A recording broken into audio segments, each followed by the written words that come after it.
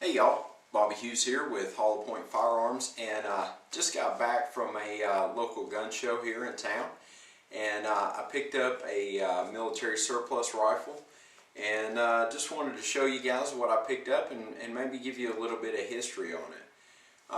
The rifle that I picked up here, it's actually a Mosin Nagant model 1891-30, alright, and I've never owned a Mosin Nagant before, never shot one, to be honest with you. So, and I haven't shot this one yet. So you guys are going to get to see first time shoot. But I just want to go over it with you, maybe do a little bit of review, do a little bit of history and background on it, and then we'll do some shooting, and I'll show you guys, how it works. But before we get started, I'll go ahead and give you some close-ups here of it. This one seems to be in pretty decent shape. The action works really smoothly. It's not tight. I know I've heard a lot of people with Mosin Nagants that the action is just really tight, that you almost have to hammer the bolt, the action loose on it. And this one it's just as smooth as butter. It's got some markings and wear on it from over the years, but for the most part, it's in a fairly decent shape as far as I'm concerned. Probably going to end up being a project gun. Maybe redo the stock on it, re-blue it, clean it up a little bit. Not worth a lot of money. There's nothing really special about this model of it. They're pretty common. So, I'm not going to sporterize it, but I will definitely probably refinish it just to, clean it up, make it look better. It looks like maybe somebody at some point in time has put a real thick, messy layer of clear coat on it. You can see right here on the receiver here that there is it's kind of glossy looking, and that to me, especially right here next to the sight, that to me looks like when they put the polyurethane or whatever they put on it, it ran up on there. You can see it there too. So there's some stuff, and then down here on the magazine or the magazine box, there's some shiny clear coat on there as well. So, but for the most part, I'd say it's in pretty decent shape. Like I said, I picked it up at a little gun show here. I actually had 2 or 3 guns on my list that I was looking for. I've never really been into military surplus rifles before, but after doing some research and watching some videos and stuff like that, I thought, it might be fun to get into them. Especially anything, I'm a big history buff, anything that has anything to do with world or American history, I really love it. So, and that's one reason why I like guns so much, is just, there's a lot of history behind it. I gave $90 for it. I know they're pretty common, and $90 is probably on the high end to pay for one, compared to what some of the prices that I've seen on them. But this one was in a little bit better shape than the other one I looked at, and so I ended up going with this one. Like I said, the action's really smooth on it. The tip of the barrel's got a little bit of rust in there. Probably going to run a cleaning rod through there before I shoot it, just to knock out any of that loose stuff, and then when I shoot it, that should blow most of it out of there, and then I can clean it really good after that. But let's just talk a little bit about the history of it. Before we get into shooting it, I always like to watch videos on reviews that tell me more about the gun than just, hey, here's a Mosin Nagant, yeah, it's a cool gun, and I'm going to shoot it for you. So I enjoy watching videos where I get some history out of it, and so I wanted to give you guys a little bit of history on the actual Mosin Nagant.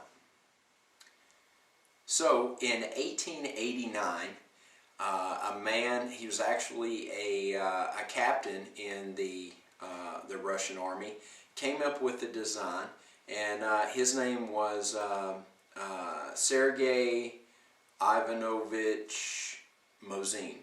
And so, there's your Mosin, or Mosin, however you want to pronounce it. He came up with a design for a rifle, and at the same time, another guy named Leon Nagant actually designed a rifle as well. Well, they did some reviews. They did some pretty, significant reviews on these rifles, field testing and shooting and stuff like that. And when it came down to it, Mosin's rifle was it was very easy to operate. It was very user-friendly, I guess you could say, but the quality of it overall wasn't that great. He used some lower-end parts to make it, and overall quality of it wasn't, you know, superior or substantial. So you know, they looked at that, and then they also looked at the rifle designed by Mosin Nagant. And his rifle was very superb manufactured. It was made with top-of-the-line products and equipment, but the downfall on his was it was very hard to operate, and it wasn't user-friendly. But the quality was really good. So after all the testing and everything else, I think I don't know what I can't remember what the outcome was as far as the votes, but anyway, needless to say, after everybody voted, Mosin Nagant's design won the vote, but the general said, you know what, I know you guys really like his rifle, and everything is, you know, superb of it, but I can just see it now when you guys are out there in the field trying to disassemble this thing and field strip it. You're not going to have the tools to do it, and it's just going to be a pain in the butt. It's going to take a lot of instruction, and we just can't go with that. So we're going to pick Sergei Mosin's design over that because of the ease of operation. So in 1891, Sergei Mosin's design was chosen and went into production, and was produced as the Model 1891 Mosin rifle, and it was produced for 39 years up until 1930. Now, during those 39 years, there were several changes made to the design. There were a couple other models, you know, that came from it. One of the models being the Dragoon rifle, and the Dragoon rifle was a little bit shorter, it was a little bit lighter, it was a little bit easier to handle for the soldiers, so they started producing the Dragoon rifle. You won't find many of the Dragoon rifles anymore because most of those were adapted into what we have here, which is the Model 9130, which was is a remake of the 1891 original rifle, but redeveloped in 1930, hence the model number 1891/30. And that's basically what we have here is a 9130. Now the 9130 will be the most popular one that you will find. It's probably the one that was most produced, the easiest to find, and so it's, you know, it's fairly common to find those rifles. Now, the way that it went from originally being a Model 1891 Mosin rifle to what is now known as the Mosin Nagant is because it was somewhere in that time frame of the 1928 to 29 time frame period, I guess. I would guess that around that time frame.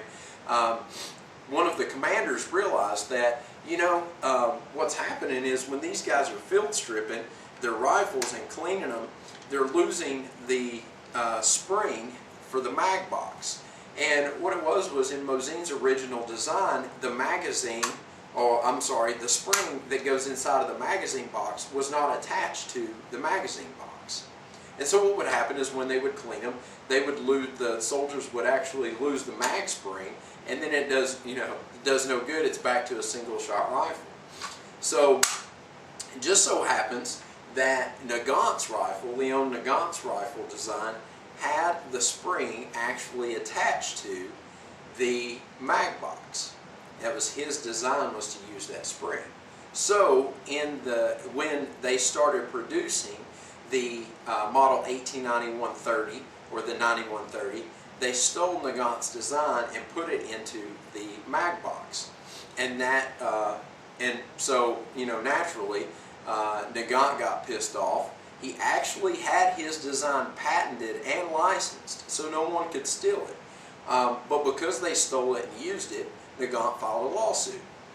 So in the end, after the lawsuit was all over and everything, what came from it was Nagant wanted the rifle actually to be called the Nagant Mosin, and they were like, heck no, the only design that we stole from you was the mag box spring. So in turn, what it ended up being was the model 1891/30 Mosin Nagant.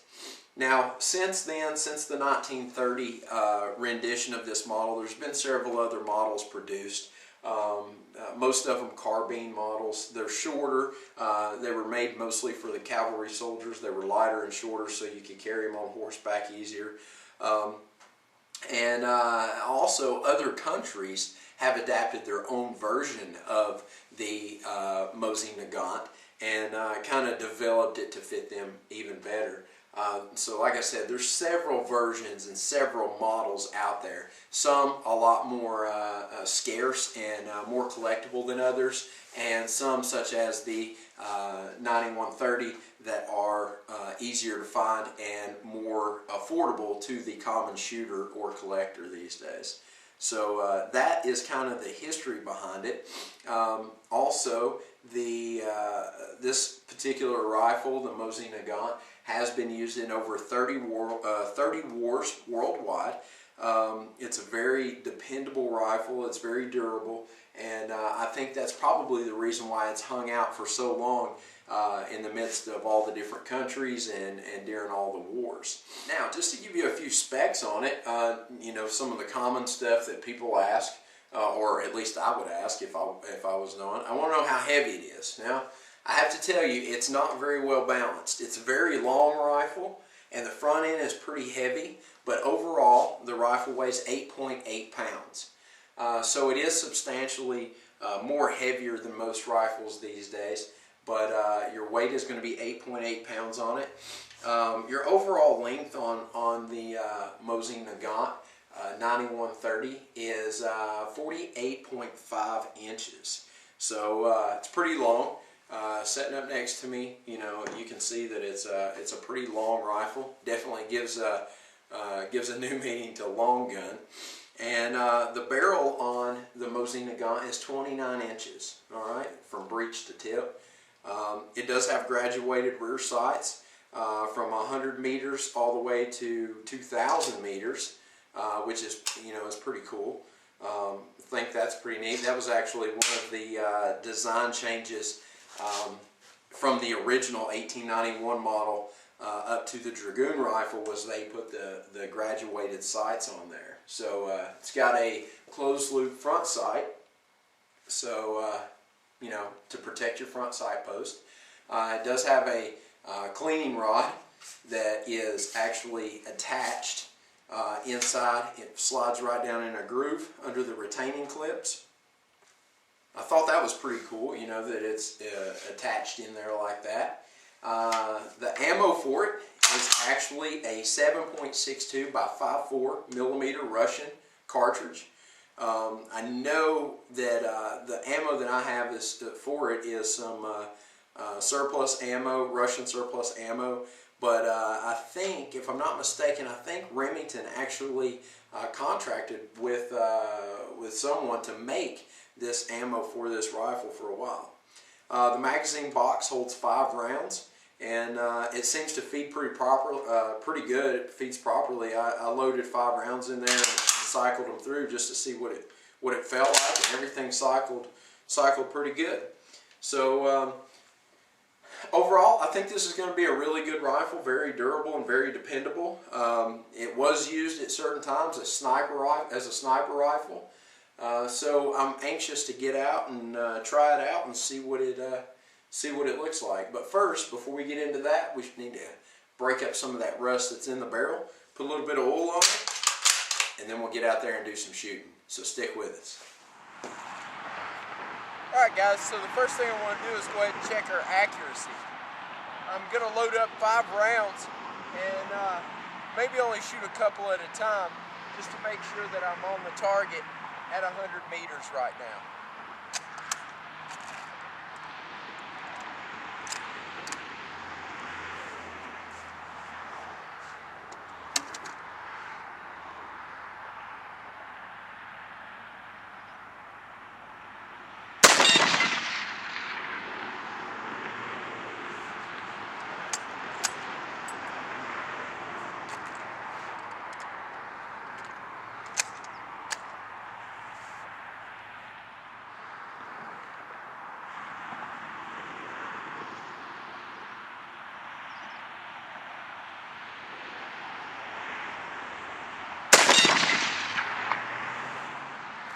Alright, so after checking the accuracy, I found out that I'm shooting straight in line, but I'm high.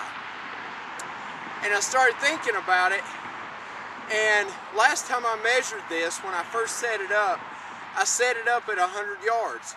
But since then, I've moved my shooting table forward, and now I'm only at about somewhere between 80 and 90 yards. So that's the reason why I'm shooting high. So I'm gonna go ahead and take a couple more pop shots, and then I have a surprise for you guys.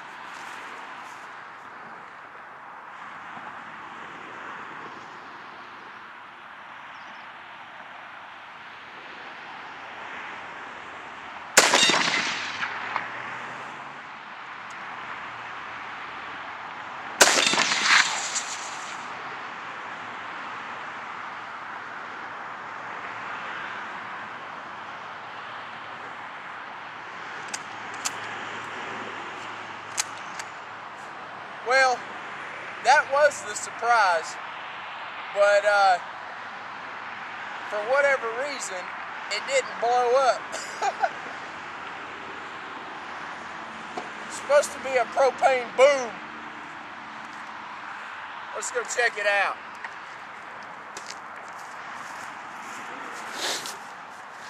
Alright guys, so after shooting the rifle, the Mosin Nagant, I've determined that one,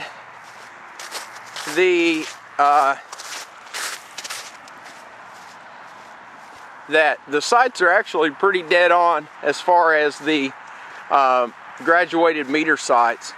I started out, they're at the lowest setting, which is 100 yards, and I was hitting high at what I think is about 80 yards. So that's about right. The only thing is, it's actually hitting, it's shooting right also. So just for example, this is the target that I was using here, and I was aiming right for the center there, and I ended up hitting, you can't see it, it's too dark, but right here and right down here. So I was hitting low, which is okay, but I was right quite a bit. So out here, I had a little surprise set up for you guys, and I actually had some tannerite strapped to a propane tank, and I hit the propane tank. It's all gone. There's the entrance wound, and I had the tannerite actually taped right here, which is about an inch higher than where the bullet hit. So the bullet hit the propane tank, not the tannerite first. That's kind of what I was afraid of. So we end up with a propane fog, which is still coming out, and no boom for the tannerite. So let's see. I think I got a couple of rounds left. Let's see if I can hit this tannerite. And as a matter of fact, since the sights are off and I'm not 100% accurate with it, and now all we're doing is shooting tannerite, let's move it in a little bit closer. Let's see if I can hit that.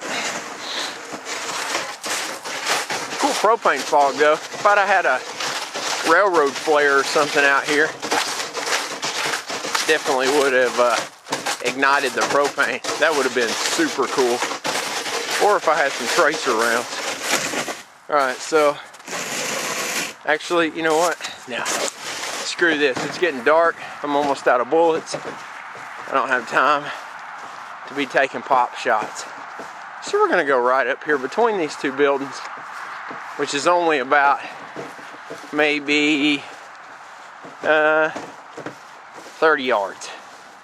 And we're gonna shoot it from there. Got 2 rounds left. Let's see what we can do. If anything. Hopefully they're not duds.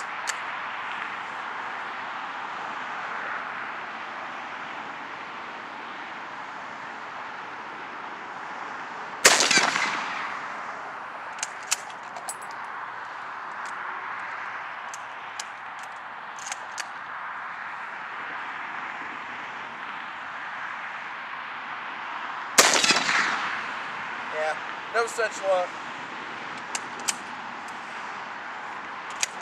It's just hard to hit a target that small with sights that are off.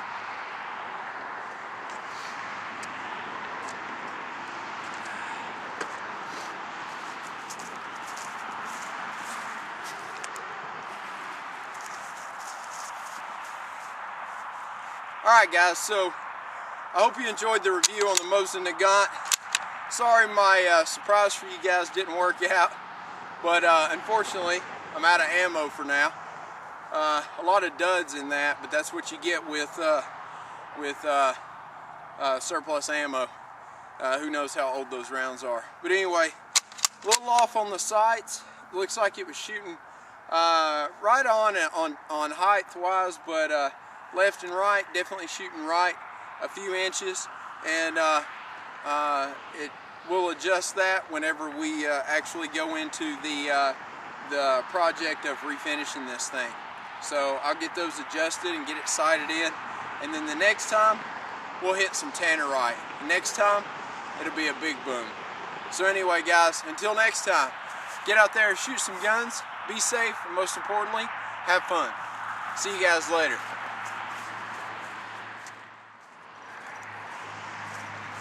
Alright guys, so dark or not, I'm blowing this tannerite up.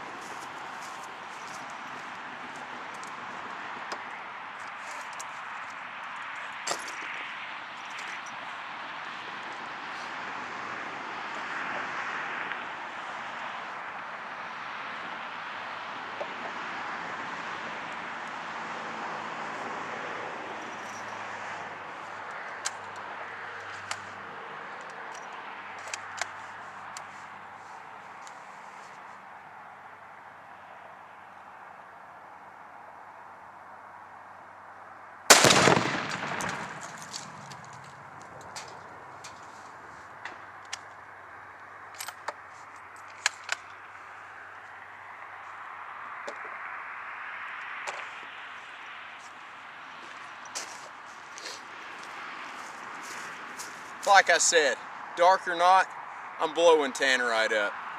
Thanks to the Remington 700 308. See you guys.